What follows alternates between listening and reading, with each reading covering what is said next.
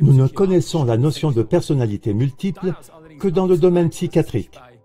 Mais en déduire que les gens à personnalité multiple sont exclusivement des personnes malades est une erreur fatale. De la même façon que tu peux télécharger d'innombrables applications sur ton téléphone portable ou des logiciels toujours plus fantastiques sur ton ordinateur, rien ne t'est non plus impossible en esprit. Veuillez attacher vos ceintures pendant mon étude spéciale qui va suivre, car nous sommes en train de briser une fois de plus un tabou. Mais il faut le faire maintenant, car l'humanité sera certainement encore violée jusqu'au sang par des alarmistes stratégiques, des inventeurs d'épidémies, des bellicistes, des arnaqueurs financiers et autres. Si l'humanité ne redécouvre pas enfin sa capacité innée à se défendre. Commençons donc tout de suite par reconnaître le mystère fondamental de ce que nous sommes réellement, de la manière dont nous avons été conçus. En effet, dès la Genèse, chapitre 1, verset 26, notre condition nous est ouvertement attestée. Je cite, « Faites attention au pluriel, à la forme plurielle. » Et Dieu dit, « Faisons l'homme à notre image, selon notre ressemblance, et qu'il domine. » Ou un autre passage, « Et Dieu créa l'homme selon son image. À l'image de Dieu, il le créa. » Puisque d'après le verset d'introduction, Dieu est un être multiple, et ainsi, nous aussi les hommes, nous avons été créés en tant qu'êtres multiples. Reconnaissez cela. En effet, selon les textes originaux hébreux et grecs, nous ne sommes pas seulement semblables à Dieu, mais nous avons été créés à l'exacte ressemblance de Dieu. Parce qu'en raison de textes originaux dissimulés, on n'avait même pas le droit de penser une telle chose jusqu'à présent. Je sais quel effet cette phrase doit avoir sur mes auditeurs. Alors que certains n'ont aucune idée de ce qu'est une personnalité multiple, pour d'autres, il s'agit exclusivement d'une personne malade. Et c'est tout d'abord correct et tout à fait acceptable. Car nous ne connaissons la notion de personnalité multiple que dans le domaine psychiatrique. Mais en déduire que les gens à personnalité multiple sont exclusivement des personnes malades est une erreur fatale. Voyons donc tout d'abord comment les gens à personnalité multiple ont été perçus et reconnus jusqu'à présent. Voici quelques exemples négatifs tirés aussi bien de la Bible que de la pratique médico-psychiatrique.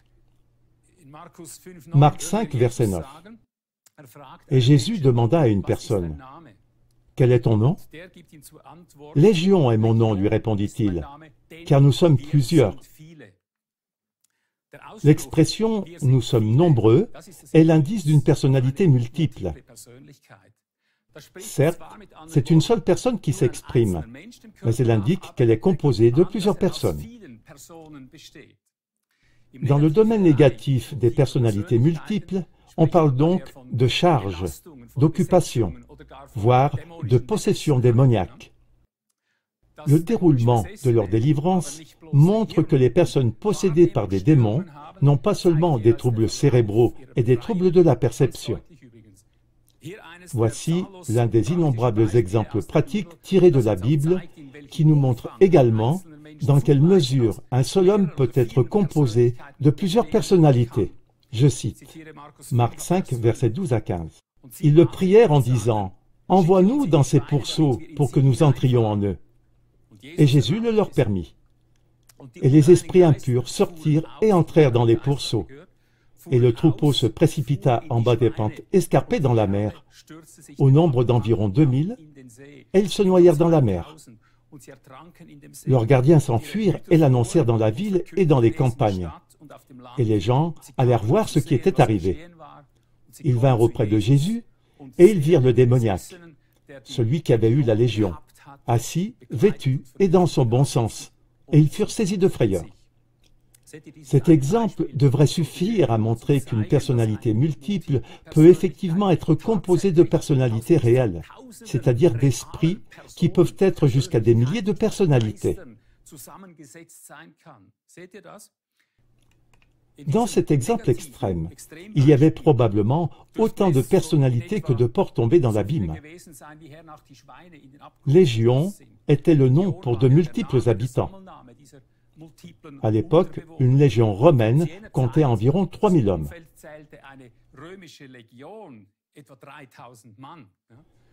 Dans ses études psychiatriques sur le dédoublement de la personnalité multiple, MPS, Michael Talbot décrit un état qui illustre l'influence durable de l'esprit sur le corps. Par exemple, dans son livre « L'univers holographique », il décrit même des changements biologiques sans équivoque qui se produisent chez les personnes à personnalité multiple dès qu'elles changent de personnalité intérieure. Même les problèmes médicaux, c'est-à-dire les maladies, disparaissent instantanément chez une personne multiple dès qu'une autre subpersonnalité prend le dessus. Ainsi, un changement de personnalité permet par exemple à une personne ivre de devenir sobre sur le champ, car les différentes subpersonnalités portent également en elles des vices ou besoins très différents. Elles réagissent par exemple de manière totalement différente aux médicaments, aux tranquillisants, etc. Le docteur Bennett Brown a rapporté un cas où 5 mg de diazépam, un tranquillisant, a calmé une subpersonnalité, alors que sous la domination d'une autre subpersonnalité, même 100 mg n'ont guère eu d'effet. Nous connaissons assez ces phénomènes pour l'avoir vécu du temps de notre centre de réhabilitation. Mais il s'agissait d'une seule et même personne. Même en parlant, les différentes personnalités présentent des fréquences vocales et des volumes différents. Ainsi, même les personnes diabétiques peuvent être guéries du diabète en un instant, lors d'un changement de personnalité, et une toute autre maladie peut apparaître. Ce sont des études, vous comprenez? Il en va de même pour toutes sortes de maladies, qu'il s'agisse de maladies graves, de maladies psychiques, d'épilepsie ou autres. En résumé, toute subpersonnalité, diabolique ou malade, est toujours associée, selon son degré de gravité, à son caractère et à ses tourments. Une subpersonnalité saine, à sa nature et à sa santé, etc. En Matthieu 12, versets 43 à 45, Jésus explique qu'une personnalité multiple avec une occupation malsaine peut être libérée de ses subpersonnalités, mais que cette délivrance doit être bien préservée. Je cite, « Mais lorsque l'esprit impur est sorti de l'homme, il parcourt des lieux arides, cherche le repos et ne le trouve pas. Alors il dit, « Je retournerai dans ma maison. » La maison, c'est le possédé. D'où je suis sorti. Puis Jésus dit, « Et si en arrivant, il trouve cette maison vide, balayée et ornée, c'est-à-dire accueillante, il ira aussitôt prendre avec lui 7 autres esprits plus mauvais que lui. Et ils entreront et y habiteront. Et la fin de cet homme sera pire que le commencement. » Fin de citation. Nous connaissons cela de la pratique sous le nom de effet yo-yo. Avant d'en venir au cœur de cette leçon, voici un exemple tiré de la cure d'âme et de notre quotidien politique. Dans le satanisme, les prêtres sataniques, etc., ne se contentent pas d'abuser de leurs victimes de la manière la plus abjecte qui soit et de les torturer jusqu'au sang, mais en même temps, ils les scellent. Comment cela peut-il se faire, te demandes-tu maintenant? C'est très simple. Les victimes sont torturées avec une telle intensité qu'elles fuient intérieurement d'elles-mêmes dans une autre personnalité. C'est une fuite, un dédoublement multiple de la personnalité a lieu. Sur 1000 personnes abusées, à peine une peut encore dire après coup, avec une certitude totale, qu'elle a réellement vécu ces choses horribles. C'est un problème pour la suite. Les autorités chargées de l'enquête prendront également conscience du dédoublement de la personnalité qui les a fait simplement apparaître comme fous. C'est alors l'impuissance. Sans entrer dans la question de savoir qui est brusquement cette nouvelle personnalité et d'où elle vient, il suffit de constater qu'une telle chose n'est pas seulement possible, mais qu'elle se produit tous les jours en de nombreux lieux. Ce principe sataniste est malheureusement aussi appliqué actuellement à des groupes de population ou à des nations entières. Nous en venons maintenant à la politique. Justement, dans la politique du Covid et les politiques de belligérance, pour imposer leur dictature mondiale sataniste, les tireurs de ficelles, révélés à maintes reprises sur CLA TV, utilisent des rituels de torture typiquement sataniques pour programmer les peuples avec leurs esprits. Car on peut aussi créer des personnalités multiples de manière très ciblée. Et c'est le problème que nous avons. Depuis 2019, 8 de ces procédures d'occupation multiples sont appliquées de manière ciblée dans le monde entier, par le biais des mesures Covid. Sur www.cla.tv 22588 en allemand, tu trouveras un précieux résumé de l'Express-Zeitung numéro 43, qui traite de cette programmation multiple du peuple sous le titre « Psychose Covid de masse ». Cette émission montre comment la personnalité de peuples entiers est actuellement scindée. Je cite 8 points qui y sont traités. Premièrement, par des isolements forcés, monotonie, privation des sens. Deuxièmement, par la monopolisation de la perception. Troisièmement, par l'épuisement forcé, l'affaiblissement. Quatrièmement, par des menaces permanentes. Cinquièmement, par une tolérance occasionnelle. Les auteurs deviennent de temps en temps indulgents, mais juste brièvement et pour des raisons tactiques. Sixièmement, en démontrant l'omnipotence et l'omniscience des programmeurs de peuple. Les victimes sont constamment persuadées que toute résistance est définitivement inutile. Septièmement, par une dégradation ciblée. Les peuples sont privés par des punitions humiliantes de tout espoir de retour à la normale et de bien d'autres choses encore. Huitièmement, en imposant les règlements les plus absurdes. Les pays ainsi dirigés doivent constamment respecter des règles protocolaires, bêtes et inutiles. Ils s'habituent ainsi à exécuter aveuglément les ordres de leurs dirigeants, aussi absurdes soient-ils. C'est là que l'esprit infiltré des dirigeants mondiaux sournois se manifeste sous la forme d'une nouvelle personnalité multiple dans toutes ces masses humaines sans défense. C'est ainsi qu'un pouvoir d'État totalitaire est mis en place de nos jours. Réfléchissez à qui nous dirige si nous ne gagnons pas.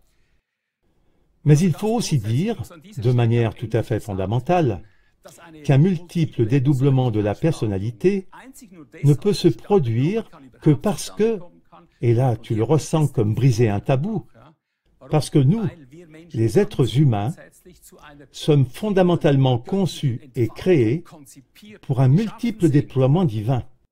Vous avez bien compris cela. Cela signifie que nous sommes fondamentalement destinés à nous déployer en tant que personnalités multiples. Mais jamais, bien sûr, en association forcée avec des esprits malveillants, impurs, avec des diables, des démons, des vampires, etc., qui violent leurs victimes, les soumettent à la passivité et abusent d'elles comme des marionnettes. Nous ne parlons pas de cela. Mais je vais maintenant vous montrer, à l'aide de quelques autres textes originaux que j'ai révisés, que la Bible contient des indications complexes sur notre développement en tant qu'entité multiple. Nous sommes des êtres multiples, vous comprenez? En voici quelques exemples. Apocalypse 3, verset 1, donne une telle indication. Je cite. « Écrit à l'ange de l'église de Sardes, voici ce que dit celui qui a les 7 esprits de Dieu. » Il y a quelqu'un qui a les 7 esprits de Dieu. Ou Ésaïe 11, versets 1 et 2, c'est une prophétie qui a été faite sur Jésus 600 ans avant sa venue. Puis, un rejeton naîtra de ses racines, et sur lui reposera 1. L'Esprit de l'Éternel, 2 l'esprit de sagesse, et 3 d'intelligence, 4 l'esprit de conseil, et 5 de force, 6 l'esprit de connaissance, et 7 de crainte de l'Éternel.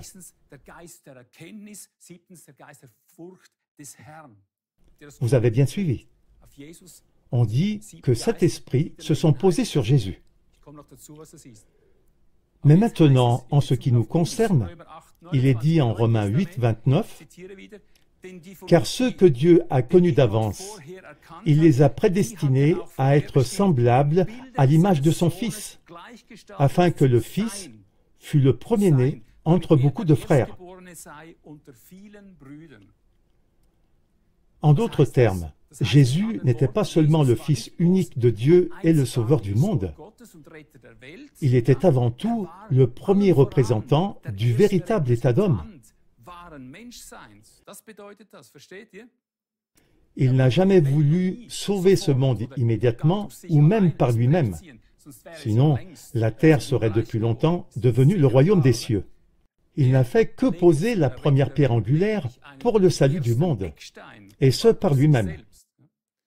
Il a posé ce fondement comme modèle du véritable état d'homme, afin de nous démontrer comment Dieu a pensé et créé tous les hommes dès le commencement. C'est pourquoi Jésus s'est presque exclusivement désigné lui-même comme le Fils de l'homme, comme nous pouvons le lire environ 70 fois, rien que dans les 4 évangiles. Et avec fermeté, Jésus a insisté sur le fait que nous devons être en tout comme lui dans ce monde. Jean 14, verset 12 en exemple. « Celui qui croit en moi fera aussi les œuvres que je fais, et il en fera de plus grandes que celles-ci, parce que je m'en vais au Père. » Matthieu 5, 48, une phrase très forte de sa bouche. « Vous, dit-il à nous tous les hommes, devez donc être parfaits, comme votre Père céleste est parfait. » Quelle parole! Entendez-vous cela? Tous les hommes. Il nous a également enseigné avec persévérance notre nature divine par l'intermédiaire de ses apôtres.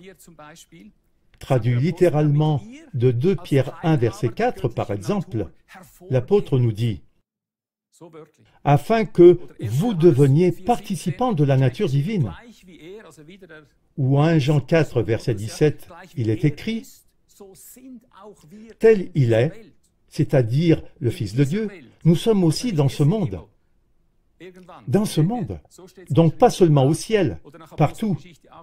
C'est écrit ainsi.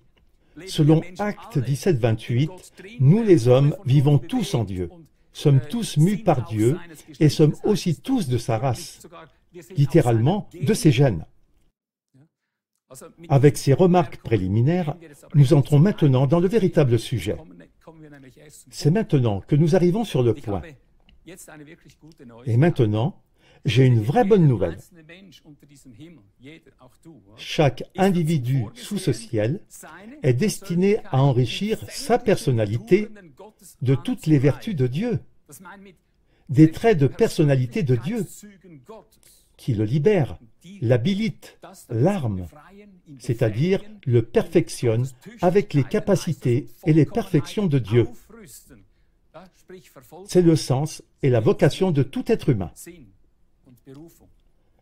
Pour reprendre les images symboliques des textes d'entrée, l'homme ne doit pas s'arrêter à son équipement basique de l'esprit, de l'âme et du corps.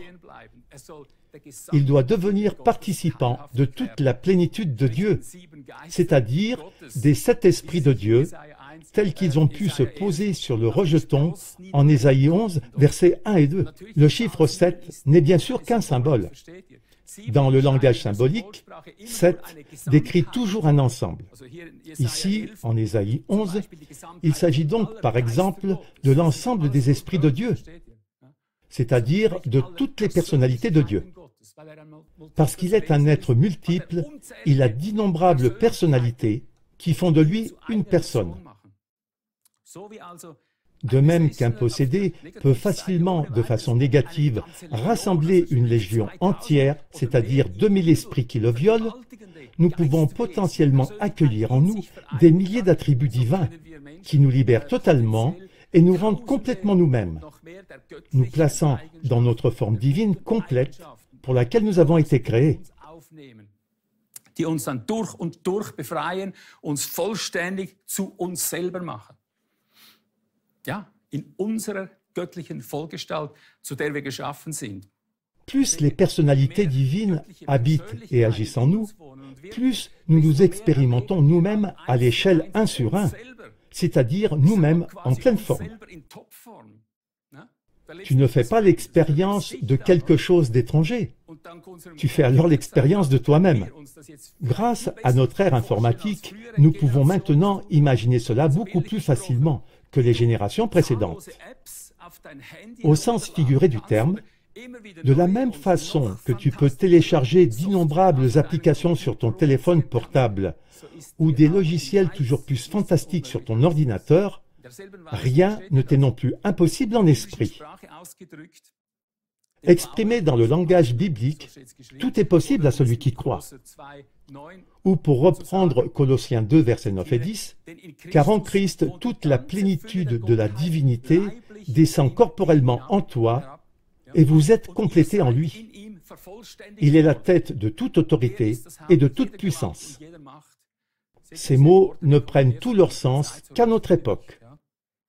Pourquoi ces constatations et cette prise de conscience de notre constitution multiple fondamentale sont-elles si importantes, surtout de nos jours? Je vais te le dire. Parce que, face à la reprogrammation des peuples, imposée justement par les méthodes de torture blanche mentionnées, soit nous nous effondrons totalement, soit nous sommes violés par ces pratiques satanistes pour devenir des personnalités multiples. Zu multiplen Persönlichkeiten vergewaltigt werden. Versteht das jetzt bitte? Cela, bien sûr, tant que nous ne savons pas comment activer les personnalités divines en nous. Et c'est justement là la meilleure partie du message. Nous ne pouvons pas du tout activer en nous les personnalités divines multiples, prédestinées sans crise et pression de l'extérieur. Pour l'exprimer sans protection, c'est précisément la torture blanche infligée par nos tortionnaires qui constitue en quelque sorte l'utérus de nos droits à de multiples personnalités divines. Für unsere multiplen göttlichen Persönlichkeitsrechte, dass wir da reinkommen, versteht ihr das? Nous les atteignons seulement si, de manière consciente et ciblée, nous nous réfugions en elles. Disons-le avec les paroles de l'apôtre Paul. Si nous revêtons nos multiples personnalités divines comme l'homme nouveau, c'est ainsi que nous lisons en Romains 13, verset 14, « Revêtez le Seigneur Jésus-Christ et n'ayez pas soin de la chair, pour en satisfaire les personnalités de la convoitise. » Cela montre qu'on peut fuir vers le bas ou vers le haut. Mais il n'y a pas d'entre-deux neutre. En fait, chaque trait de caractère, chaque capacité, etc., est en réalité une personne, un esprit. En bref, nous avons été créés pour activer toutes les personnalités du Dieu vivant en nous, comme notre personnalité étendue. C'est notre destin.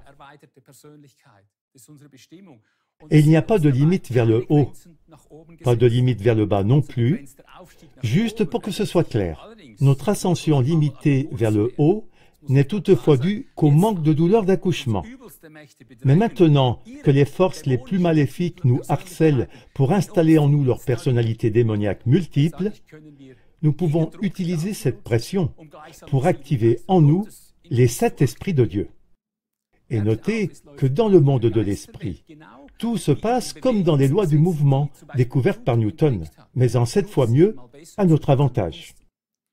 Mais voici tout d'abord ce qu'a découvert Newton. Je cite, « Toute force produit toujours une force opposée, qui est d'intensité égale et de direction opposée. Les deux forces que deux corps exercent l'un sur l'autre sont toujours de même intensité et de direction opposée. Fin de citation. Alors que dans la physique, le mouvement et le contre-mouvement correspondent toujours exactement en ce qui concerne l'oppression des droits divins et des forces spirituelles. La force de l'esprit qui est libérée est 7 fois supérieure. C'est la bonne nouveauté. C'est ce qui est attesté depuis des millénaires en Deutéronome 28, verset 7. Là, il est écrit « L'Éternel te donnera la victoire sur tes ennemis qui s'élèveront contre toi. Par un seul chemin, ils sortiront contre toi, et par 7 chemins, ils fuiront devant toi. »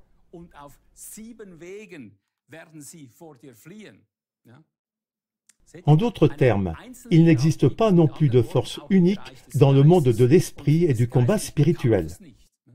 Toutes les forces apparaissent toujours par paires, mais les forces divines sont 7 fois plus nombreuses que les forces maléfiques qui leur sont opposées.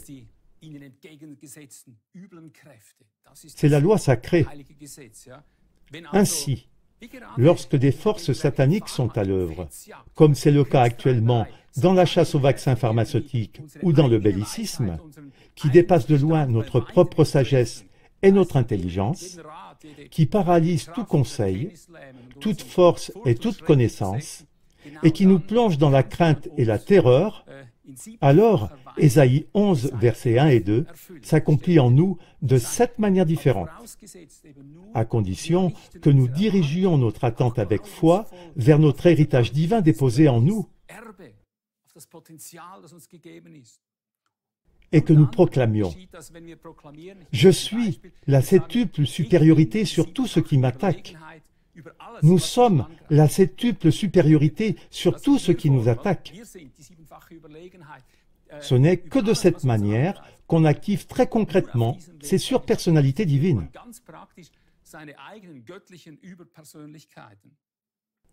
Dans la présence enflammée de nos agresseurs, nous tenons haut le bâton de la foi de Dieu en nous et disons « Je suis la septuple supériorité de Dieu sur cet esprit du mal. » On continue à parler ainsi. C'est comme ça que tu actives tes bonnes capacités. Mon impuissance devient toute puissance. Ma folie devient maintenant la septuple sagesse de Dieu en moi. Ma déraison devient la septuple compréhension de Dieu en moi. Ma perplexité éclate en moi comme un conseil de Dieu 7 fois supérieur. Ma crainte devient une terreur de Dieu 7 fois plus grande chez mes agresseurs, etc. En agissant ainsi, nous nous révélons être ce rejeton qui porte du fruit en sortant des racines de Dieu.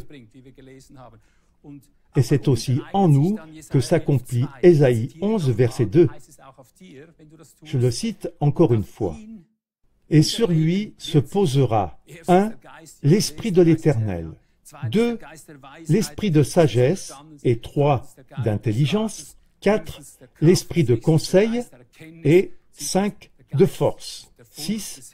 L'Esprit de connaissance, et 7. De crainte de l'Éternel. » En d'autres termes, il n'y a pas de personnalité élargie du déploiement de la force divine en nous sans pression satanique correspondante. Pas de personnalité élargie de la sagesse divine en nous sans impasse. Pas de force divine sans attaque satanique tentant de nous paralyser, etc. En résumé, cette heure de détresse mondiale, de tentation, d'épreuves et de guerre ne signifie rien d'autre que notre chance absolue de percer, c'est-à-dire de monter en puissance vers la plénitude septuple de notre personnalité divine multiple et légitime. En raison de l'augmentation constante des tourments, les hommes fuiront d'une manière ou d'une autre vers des personnalités multiples élargies. La seule question est de savoir de quel type ou de quelle qualité de personnalité les gens vont s'enrichir dans cette détresse. Pour beaucoup, Il s'agira des esprits paralysants de la dépression, de la mélancolie et de la résignation. Les esprits esclaves de la soumission aveugle hantent actuellement des peuples entiers. C'est le point. Ceux qui connaissent leurs droits divins fondamentaux s'échapperont dans les personnalités de Dieu qui, selon leur gène, sont déjà prévues en eux.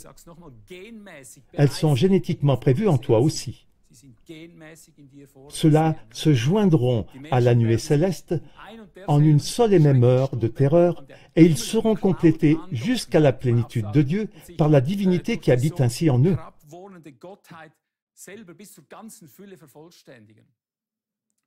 Encore une dernière chose, je répète et j'approfondis. À chaque fois que la souffrance est insupportable, l'homme se réfugie automatiquement dans d'autres personnalités. Celui qui ne se réfugie pas dans les personnalités de Dieu dispose à tout moment d'une force opposée, au moins égale à celle de l'attaque.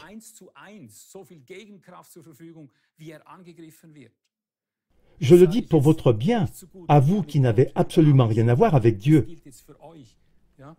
La loi de l'égalité de Newton est, en d'autres termes, le minimum de force de défense automatiquement disponible pour chaque mortel, même pour les incroyants. C'est la loi. Mais s'il ne la saisit pas, parce qu'il n'en a pas conscience, l'ennemi qui l'attaque dispose automatiquement de toute la force, c'est-à-dire aussi de toute la force opposée qui n'est pas utilisée par l'attaqué.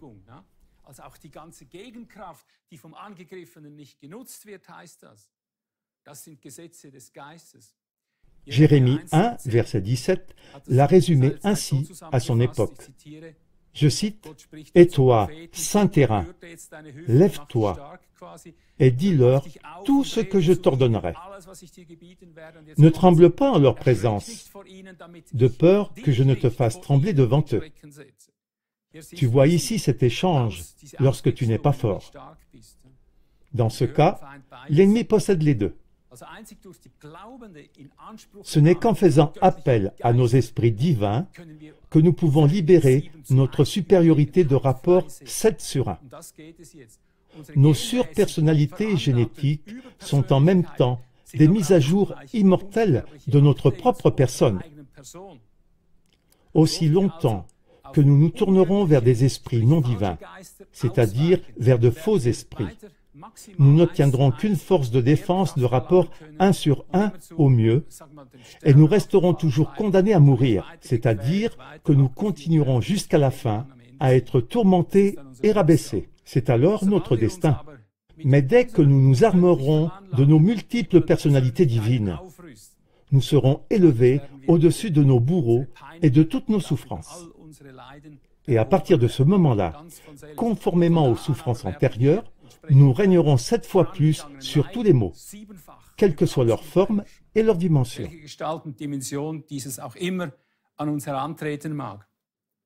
J'en viens à la fin. Si dans cette ascension, nous devenons des modèles pour les peuples tourmentés, alors eux aussi feront comme nous. Au lieu de tomber dans cet état d'esclavage satanique éternel, ils revêtiront eux aussi. Les peuples revêtiront leur personnalité divine multiple et régneront avec nous dans un rapport de 7 sur 1, sur tous les puissants malfaisants, aussi terribles soient-ils.